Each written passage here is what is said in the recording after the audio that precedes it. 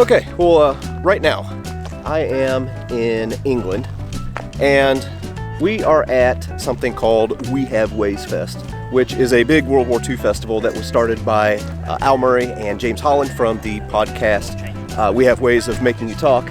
I'm here with Leighton from We Happy Few 506, and also Rob from the YouTube channel History in Your Hand. Where'd you say we were? We're just at Silverstone in Northamptonshire. Okay, so yeah, that's where we are right now. So We Have Ways Fest, as you can see, look at here. You have all kinds of World War II vehicles. It also brings together some of the best World War II historians in the world and gets them together with other World War II enthusiasts or history enthusiasts and gets them all together for one weekend. So I have no idea how this video is going to go or how I'm going to structure it, but we are going to wander around and see what we can see.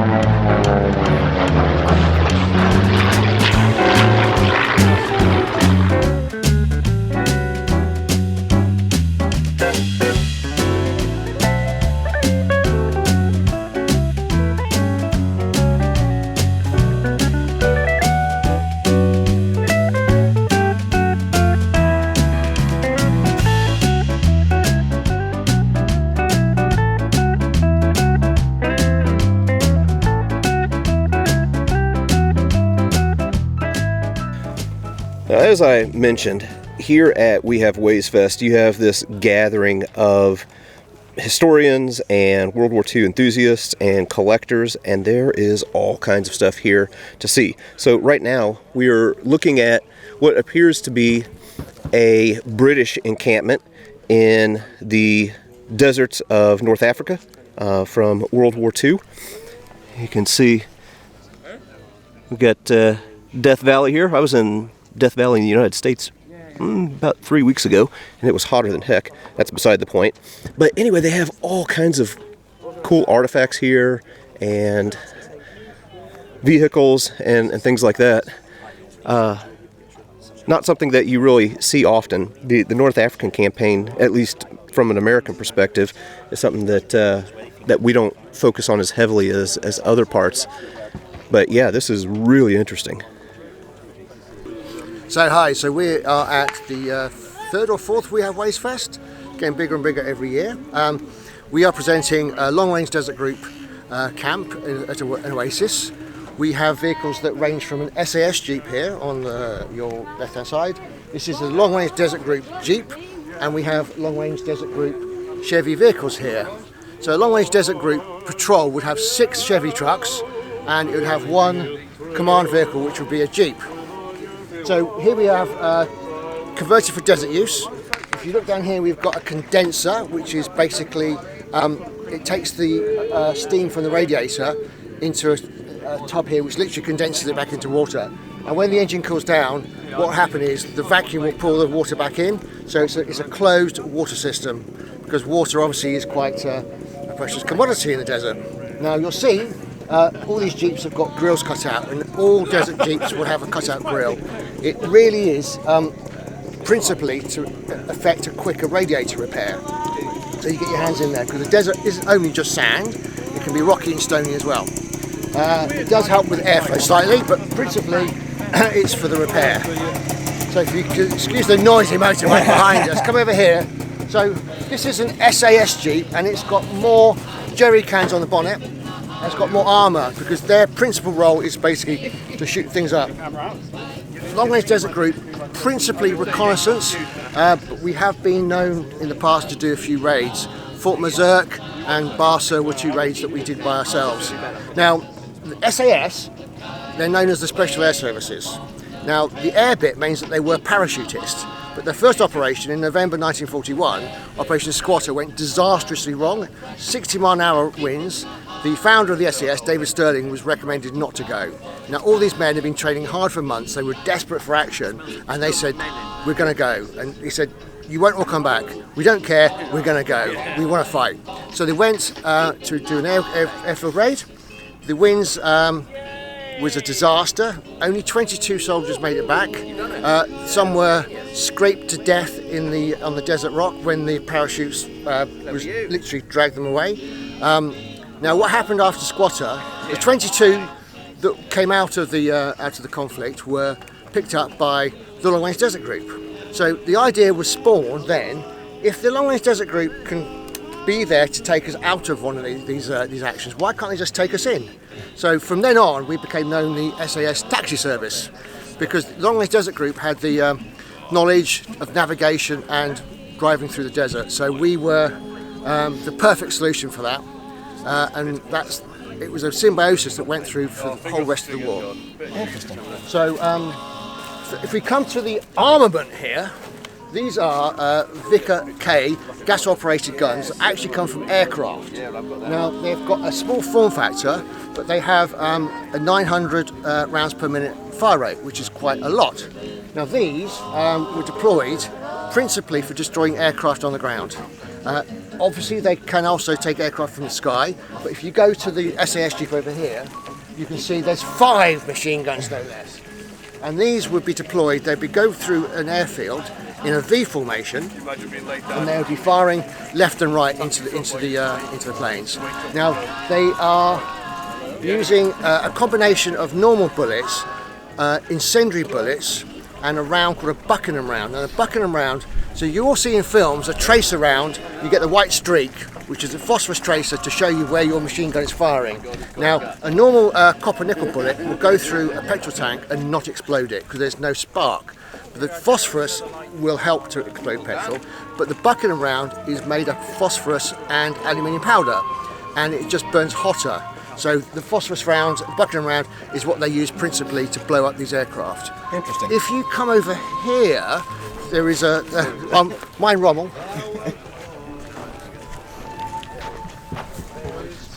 So, for instance,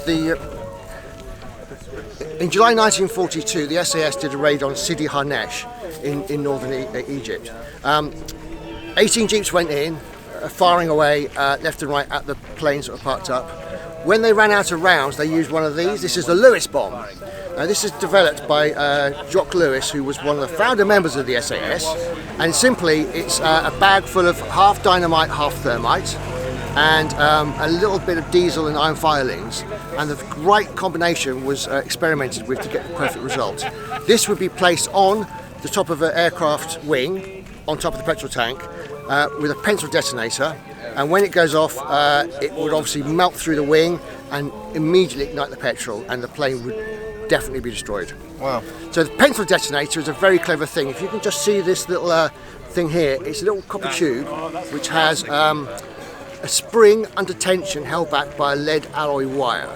Now, at the end of the spring, there's a striker which will, when released, hit the percussion cap in the middle of your bomb here. Now, the spring, as I said, is held back by a lead alloy wire, but the genius bit is there's a vial of acid in here.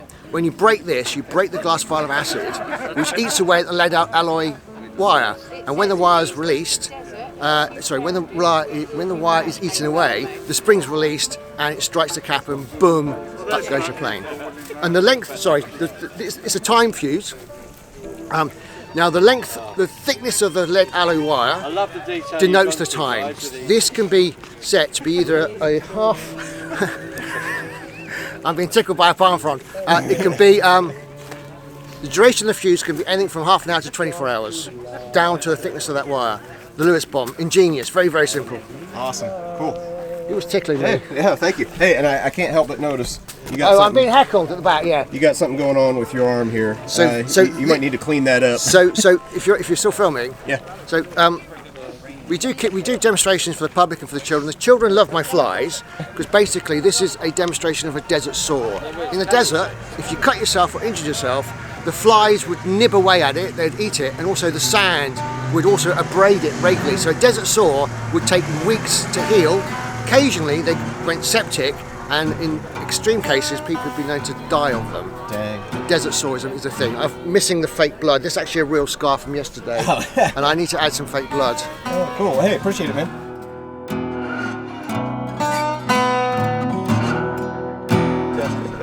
Just to add to the authenticity of this display, they have all kinds of little details in here, like this lizard and scorpion on the rock. We have We have some reptilian activity, and looks like we may have also had some horses who came through here.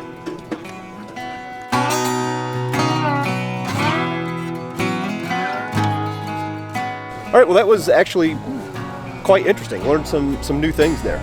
Moved over into the American section now, and you can see we got some Sherman tanks here behind us. Got a half track. So I think this is how this is going to work out. I think this is going to be just kind of a disorganized video, and I'm going to just show things as I see them. And if we run into any authors or podcast hosts or other people on YouTube, well, we'll see what they've got going on as well.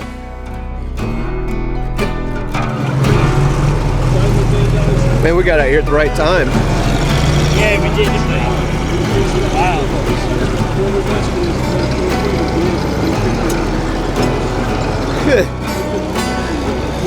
Holy cow, this is just like a mad circus of World War II tracked vehicles right now. Two-man, radio, green gun, fairly lightly armoured. The front glacis is only about 3/4 of an inch deep.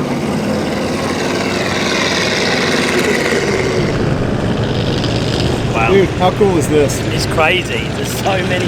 I don't know where all these vehicles came from. Twice as many as I've seen all day. All right, well, this is cool. Got ourselves a T-34 out on the field now.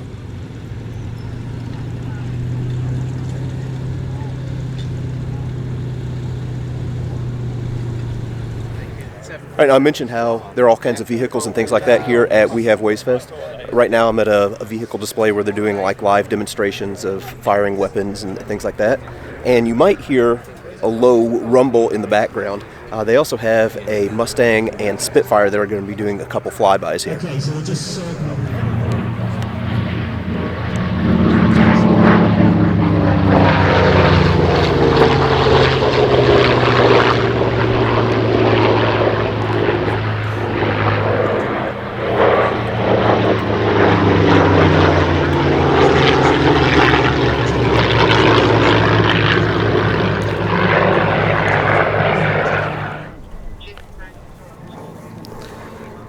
All right, correction. We don't have a Spitfire today. We got a Mustang and a Thunderbolt.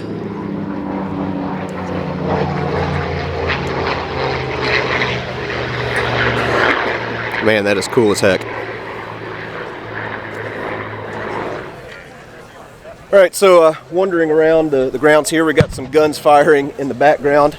And look at who I ran into, one of the men behind all of this craziness, James Holland. So James, can you tell me a little bit about like what was the catalyst for all of this? Yeah, well, we started this podcast called We Have Ways of Making You Talk, and back in 2019, and then just after we'd started, you know, we're only like a year in, suddenly it was lockdown and everything.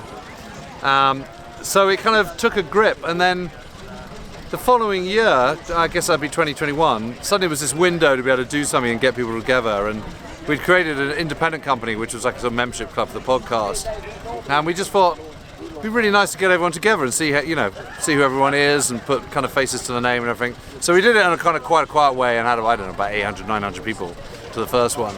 And it's kind of grown ever since, and now it's turned into this massive beast, and you can hear the 25-pounders going off behind us, and, you know, more and more armour, more and more people, and more Americans coming across the Atlantic, especially to come here. I mean, it is a very lovely part of England, so, you know, and the weather's always been really, really good. It's a bit cloudy today, but actually I'm quite liking that. I was too hot yesterday. I know you from America would find that ridiculous, but you know, we're Northern Europeans.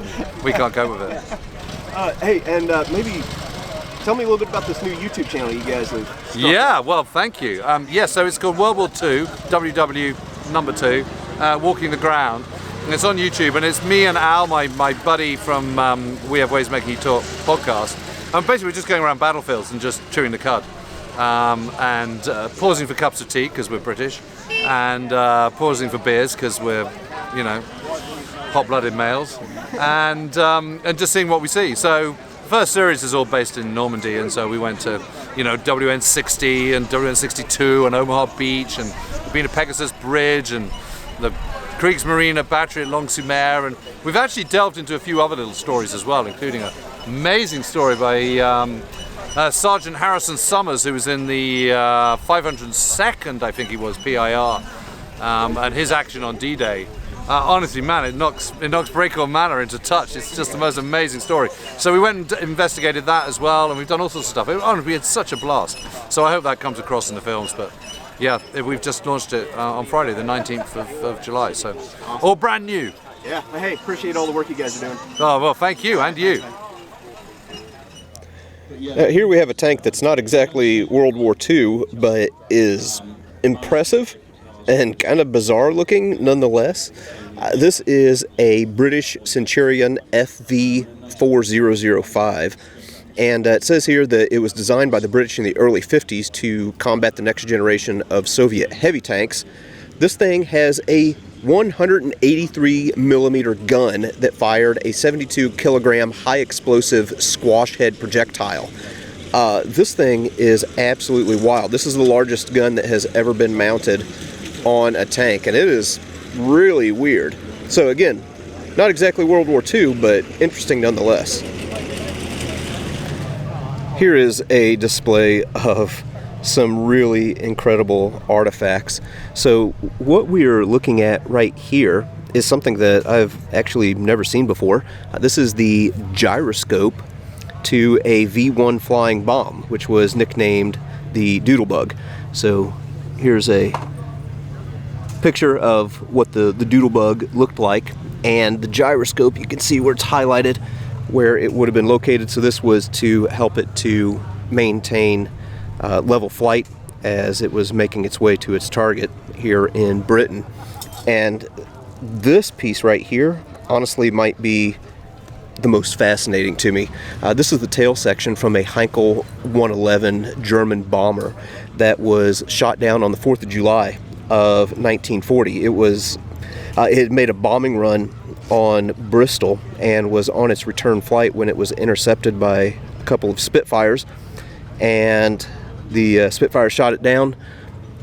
They actually landed to check the plane for any survivors, and there were 3 men who were killed in the crash who were still buried here in Britain.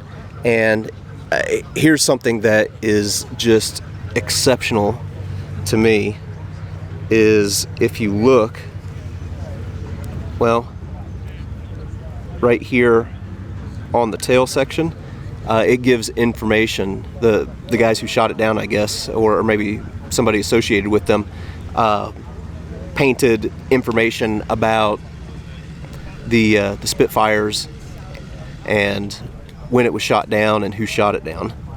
Yeah, just an incredible piece. Oh my gosh, this is unbelievable.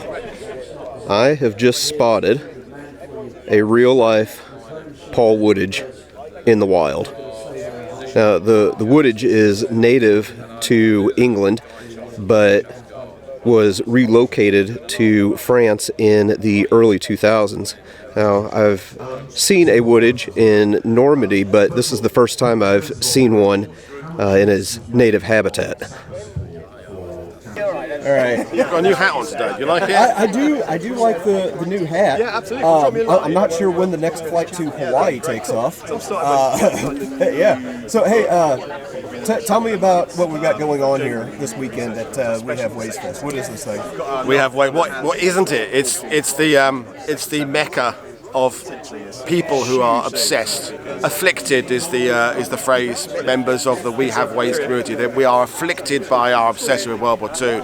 So it's tanks and reenactors and living history and talks and history and model kits and aircraft flying over and explanations about weapons and underground bunkers and cartography and map making, and it's just an epicenter of just obsessives. And if a bomb went off here right now, Airfix don't sell a model kit in the next 20 years, because this is the UK's model making market here. Peter Caddick Adams, James Holland Joint Man, it's no more book sales in the UK for another decade, because everybody's here. It's 3,000 hardcore middle-aged people like me who are obsessed about World War II. And some other people, but mostly people like me. Hey, also, Paul is so good that they actually drafted him to speak twice this weekend. It was Falaise Gap last night, Yep. and then tomorrow Budapest. Battle of Budapest. Battle of Budapest. Yeah. So I get to speak and earn my travel here, and it's cool. Yeah, earn my right to be here by speaking to these people. Yeah. Fantastic. Hey, also subscribe to World War II TV. Best resource for World War II. World War II history. TV. There's a challenge. Oh yeah, going. Look, there we go. There we go. Nice. Thanks. Thanks, JD.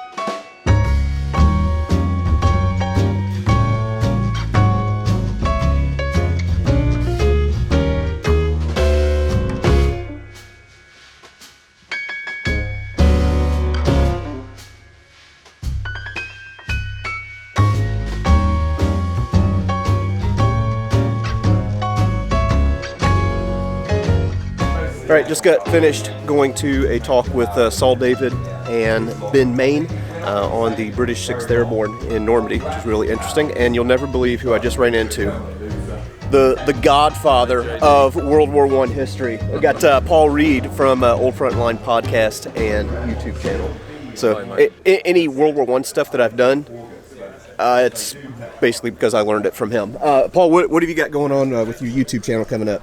I've got quite a few videos that I kind of need to sit down and have the time to edit, from Verdun through to places around Richbourg on the Forgotten Front, and I've got to go out to record the kind of top end of the Western Front at some point around Newport. But there's always stuff to find, and I think the great thing about the history I watch on your channel and I watch on so many other channels, that kind of sense of discovery I think never leaves us, that are really passionate about this subject. And I've been doing it for like 40 odd years now, since I was a kid. Went to Normandy with my dad in '79 and then went to the First World War battlefields, and those two great conflicts have kind of sat side by side in my life ever since, and they cross over so much. I mean, I often talk about on my podcast where World War I meets World War II, but it's often the kind of other way round, and I sometimes think you can't really understand one or either of them without knowing something about both.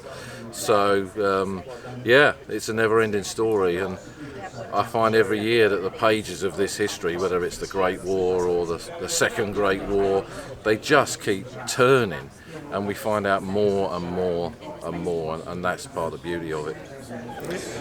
Okay, we just got to a display here that I am finding completely fascinating about the British resistance. So when the British were under threat of being invaded by the Germans, well, there was a resistance movement that was underway to prepare for it, and they started building all of these like operational bases.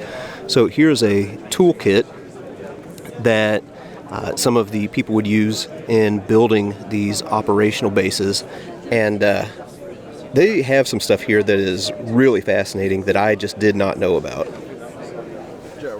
So, most people have a perception of Britain in 1940 as a bit unprepared, having old men kind of defending the country, but in fact it's really different. So we have the auxiliary units like these guys over here, who were highly trained, highly secret groups of civilians who would disappear to underground bunkers, come out at night and done anything to disrupt the German advance. So destroy the supply chain, blow up ammo and fuel dumps, railways, assassinate German officers, assassinate British collaborators, anything to slow down that German advance.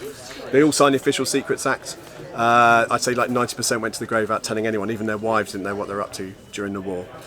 So incredibly brave people. They had a life expectancy of 2 weeks had the Germans come, and we think it's about 6,500 of them across the country that would have jumped into action had the invasion come. And then there's a separate branch called the Special Duties Branch. Very different type of people they recruited. So it was the elderly, women, doctors, vicars, people who could stand on their street and watch the German army come through, take information down about the units and the direction of travel, pass that on via dead letter drops. So it might be an OXO cube tin on a windowsill or a fake gate bolt with a screw top. That information is passed on, and it would end up with a civilian wireless operator who would be then disguised in a church, for example, under an altar, or potentially in a underground bunker underneath an outside toilet. They then pass that information on to ATS women in bunkers, who would then pass that on to GHQ and local command, who would then allow them to make informed, timely decisions about British counterattack. And this is all about taking the mystery and the threat of the Blitzkrieg out of any kind of invasion of Britain. And these guys, nearly kind of 11,000 of them potentially went to the grave without getting any public recognition, any official recognition.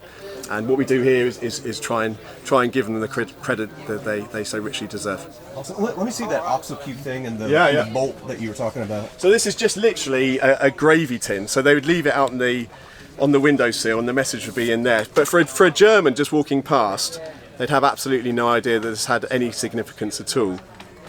The gate bolt, the example in Norfolk is that the gate had a horseshoe on. If it was facing up, there was no message. If it was facing down, there was a message. And this gate bolt would be in the side of a gate like this, and then you can unscrew the top, and the message would be in there, and you can pick it out, screw the top back on, take the message onto the next dead letter drop. And each of these units completely siloed. They didn't know about each other. The Special Duties branch didn't know the runners didn't know each other. They didn't know who was picking up the message or anything like that. So yeah, completely siloed and completely secret. Yeah, that's amazing. Got a message. I've already mentioned the level of authenticity that the living historians are seeking out here at the festival.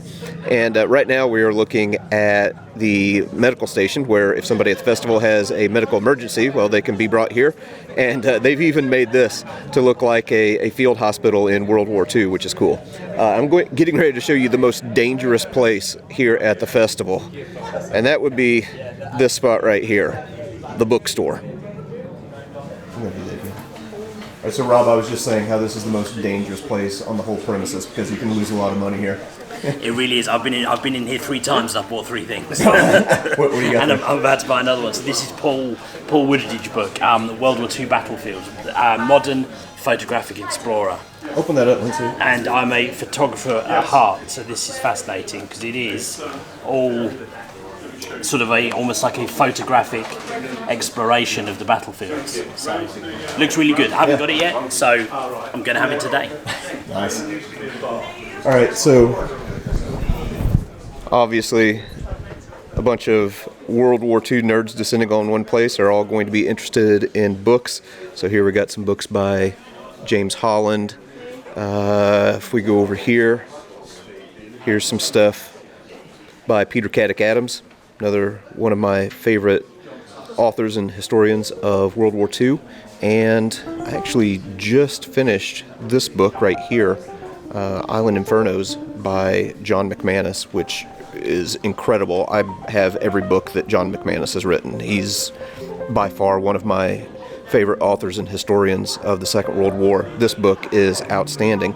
And actually, John is getting ready to speak in the main tent.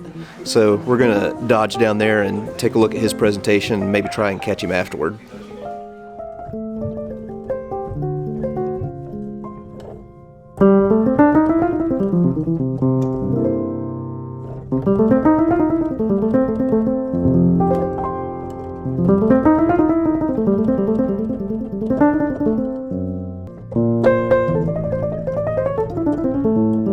So this is a spin-off of a podcast we do called We Have Ways of Making You Talk. And the one that I host with James Holland and Al Murray is We Have Ways of Making You Talk USA, which is basically about U.S.-related topics of World War II, anything under that umbrella. So the festival comes from their original podcast, which covers all of World War II. And what's so cool about this is thousands of like-minded people coming here to learn about any aspect of World War II. You can see hardware, tanks, big guns going boom, reenactors who do it the right way because their kit is right, they're the right age, most of them. They have great attention to detail, great respect, living history, food trucks, so I mean the food is good, the festival site is comfortable, you can camp, you can glamp, I mean it's like all kinds of things you can do here. It's really a lot of fun. So why do I like coming? I mean, it's fun for me to meet with the people who are reading my books or listening to our podcast. I mean, I really like that interaction. So it's very informal. It's not like an academic conference, which is a little too stuffy, I think, sometimes.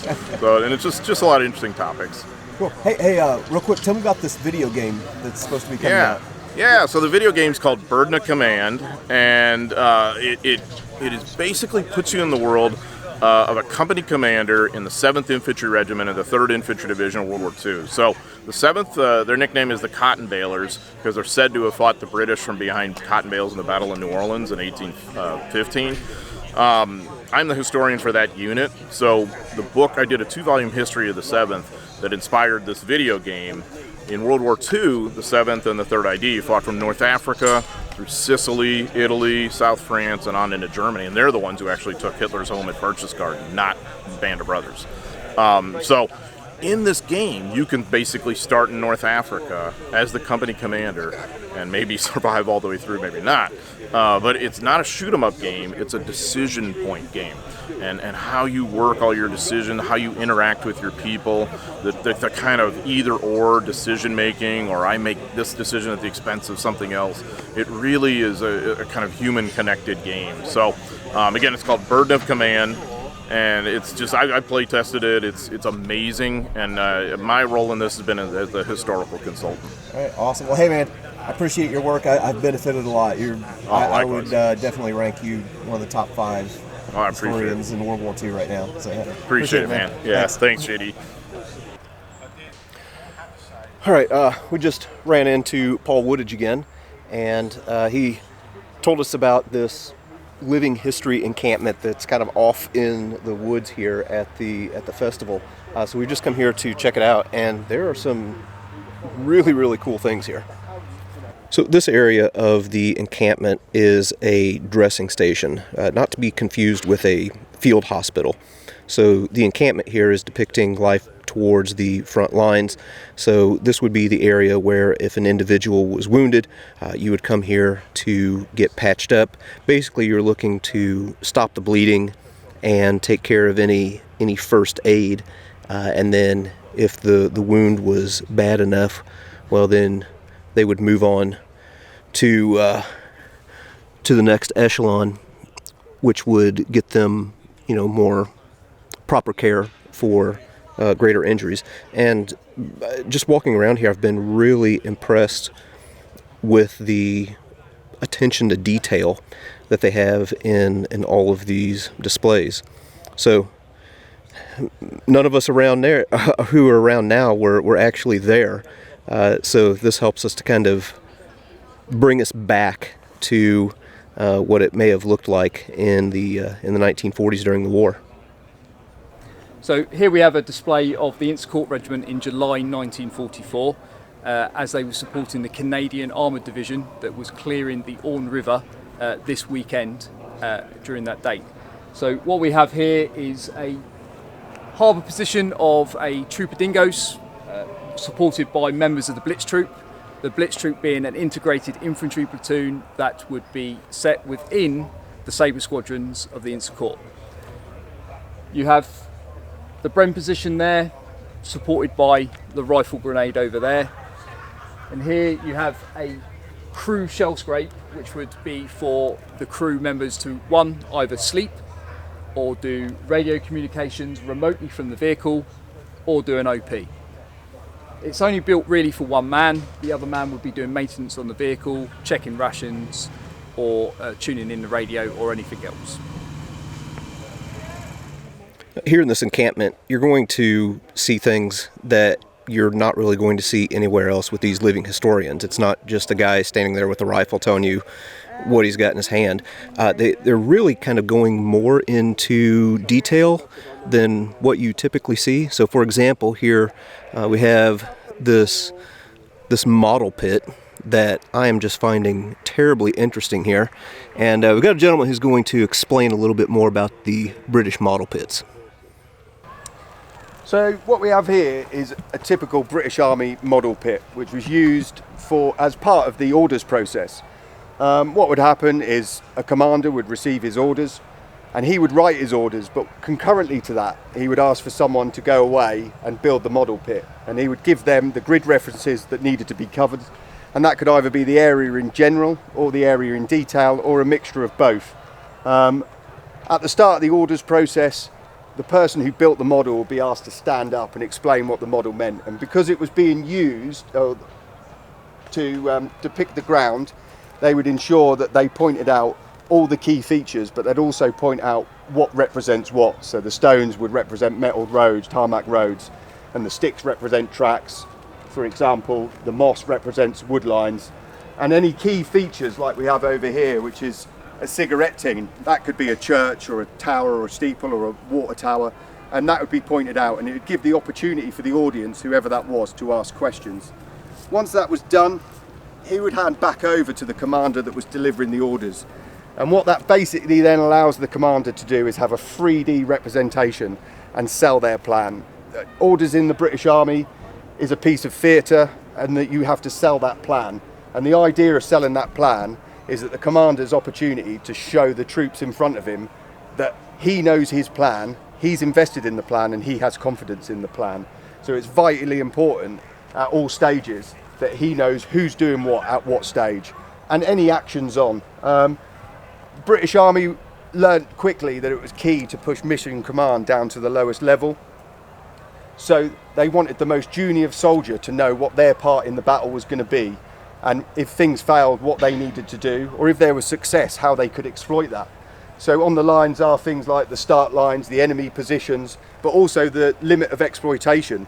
If you can push past that initial objective and take more objectives, then you're free to do so, but don't go beyond that position, because it might risk friendly fire, or you're out of range of supporting fire from your own artillery or mortars.